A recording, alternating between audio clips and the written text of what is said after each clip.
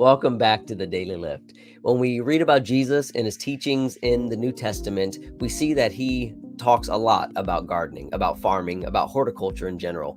And we see that he compares heaven to farms and gardens and this sort of thing many times in many different ways. We have the parable of the weeds and the weeds. We have him talking about faith being like a mustard seed. Our hearts are even compared to different types of soils.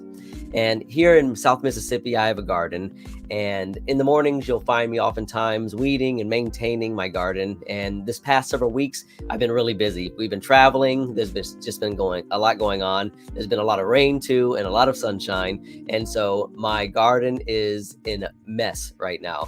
And I need to get out there and do some weeding and do some maintaining. And I was surprised, I always am, about how quickly the weeds and all the native and natural plants in the area will just take over my garden. Most of these aren't bad, but they're not productive. They're not doing anything except taking up space and using my soil. And some are bad. Some are poisonous, like poison ivy, poison oak, these kind of things. If you handle them, you'll break out in rashes. And then we also have those thorny vines that grow all over the place. My kids call them pokies. And they make weeding and maintaining your garden a difficult task, because now they wrap up and we have to pull them out without damaging the productive plants that we're trying to intentionally plant and maintain. And oftentimes we can see how our hearts are just like gardens. Our minds are just like our gardens. And if we don't intentionally plant productive things into our hearts and our minds, nature, the world, will plant whatever it sees fit to plant. And a lot of times these can be those cares and those distractions of the world, and they're just like those aggressive vines. They can take over our lives and take us off the path of productivity and of the things that we're trying to do. And if we do tend and maintain them regularly, it keeps the cares and the distractions, all of those things, at a minimum. It makes it easier to produce the abundant fruit that we are trying to do all along. And our hearts and our minds are so much like this fertile soil. It doesn't care. Soil doesn't care what we plant in it. We can plant anything in it. And the Bible tells us that we will return what we plant. In Galatians 6:7, Paul says, "Don't be deceived. God is not mocked. For whatever a man sows, that he will also reap." If we take that soil and we plant watermelon seeds in it, what are we going to get? Watermelons. But we can take that very same soil with the same water and energy, and we can plant nightshade, which is a deadly poison.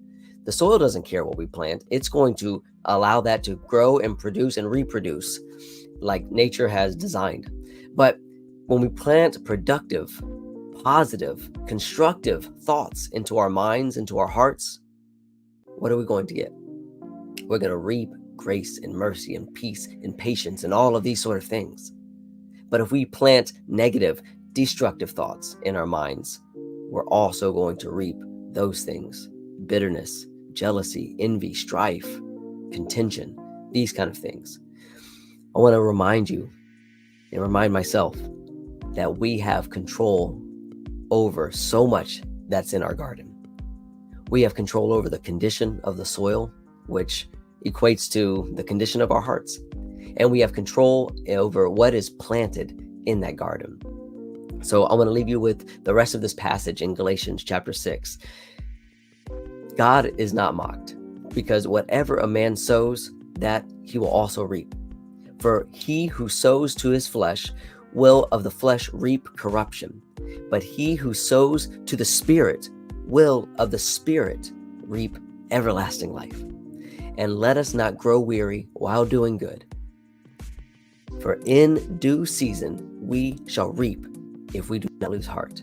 Therefore, as we have opportunity, let us do good to all, and especially to those of the household of faith. So I want to ask you today, what's in your garden? Because Jesus tells us in Matthew 15 that every plant which my heavenly Father has not planted, that plant will be uprooted. Take stock, examine what's in your garden, get to work maintaining and tending it, and make sure that you only allow those productive plants that you intend to have in there in your garden. Remove everything else, or God will. And as always, go lift somebody up.